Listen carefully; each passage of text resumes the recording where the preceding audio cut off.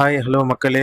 நேத்துல இருந்து பட்ஜெட் சம்பந்தமா தமிழ்நாடு முழுக்க செய்திலாம் பரவிக்கிட்டு இருக்கு. இந்த பட்ஜெட்ல கல்வித்துறைக்கு 52,920 கோடி ஒதுக்கி இருக்காங்க. இந்த 52,920 கோடி கல்வித்துறையில எப்படி எல்லாம் ஸ்பெண்ட் பண்றாங்க அப்படின்ற மாதிரி இந்த ரீல்ஸ்ல பார்ப்போம். ஃபர்ஸ்ட் காலை உணவு திட்டம் 710 கோடி. அரசு மற்றும் அரசு உதவி பெறும் பள்ளிகளில் 6 முதல் 8ஆம் வகுப்பு வரை பயிலும் மாணவர்களுக்கு பெருந்தலைவர் காமராசர் காலை உணவு திட்டம் எக்ஸ்பெண்ட் பண்றாங்க. இதுக்கு முதல் கட்டமா ஒரு 710 கோடி ஒதுக்கி இருக்காங்க. செகண்ட் என்ன அப்படின்னா பள்ளி பாடத்திட்ட மறுசீரமைப்பு. இதுக்கு 25 கோடி ஒதுக்கி இருக்காங்க. இதுல கற்றலில் முதலிடம் தமிழ்நாடு என்ற இலக்குடன் அனுபவம் சார்ந்த கற்றல், டிஜிட்டல் எழுத்தறிவு மற்றும் எதிர்கால திறன்களை மையமாக கொண்டு பள்ளி பாடத்திட்டம் மறுசீரமைக்கப்படுகிறது. இதற்காக 25 கோடி ஒதுக்கி இருக்காங்க. நெக்ஸ்ட் பெருந்தலைவர் காமராசர் சிறப்பு பள்ளிகள் 125 கோடி. 9th இருந்து 12th வரைக்கும் இருக்கிற ஸ்டூடெண்ட்ஸ்க்கு இலவச கல்வி, விடுதி, உணவு, பாட புத்தகங்கள் உள்ளிட்ட வசதிகளுடன் பெருந்தலைவர் காமராசர் சிறப்பு பள்ளிகள் செயல்படுத்தப்படுகின்றன. இதற்கு 125 கோடி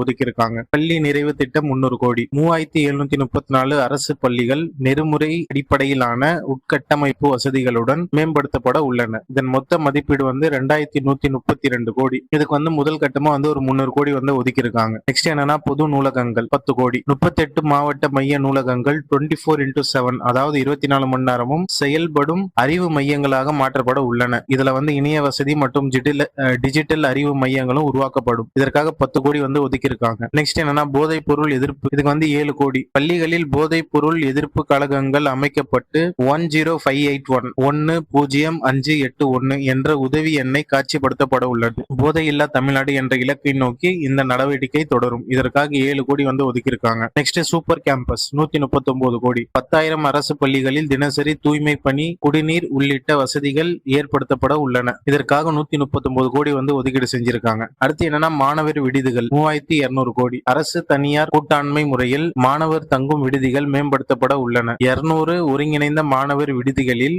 1 லட்சம் படுக்கை வசதிகள் உருவாக்கப்பட உள்ளன. இதற்காக 3800 கோடி ஒதுக்கீடு செஞ்சிருக்காங்க. சோ ஒரு முக்கியமான விஷயம், இது 2026 to 2027 பட்ஜெட் அறிவிக்கப்பட்ட திட்டங்கள் மற்றும் ஒதுக்கீடுகள். பட்ஜெட்ல அறிவிக்கப்பட்டது என்பதும் அந்த பணம் உடனடியா செலவு செய்ய தொடங்கிவிட்டது என்பதும் கிடையாது. அதற்கான நிதி ஒப்புதல் மற்றும் அடுத்தடுத்த சட்ட நடைமுறைகளும் இருக்கு. சோ அதனால நம்ம சொன்னதெல்லாம் டக்குன்னு செஞ்சிருவாங்க இல்ல, அதுக்கடுத்த ப்ராசஸ் எல்லாம் இருக்கு. எண்டிங்ல என்னன்னா இந்த கல்வித்துறைக்கான முக்கிய பட்ஜெட் அறிவிப்புகள் ஒவ்வொரு திட்டத்திலும் உண்மையில் எவ்வளவு செலவு, யாருக்கு பயன், எப்படி செயல்படுத்த போறாங்க, அதை அடுத்த ரீல்ஸ்ல ஒவ்வொன்றா நம்ம பார்க்கலாம். சோ ஃபாலோ பண்ணுங்க, சப்ஸ்கிரைப் பண்ணுங்க.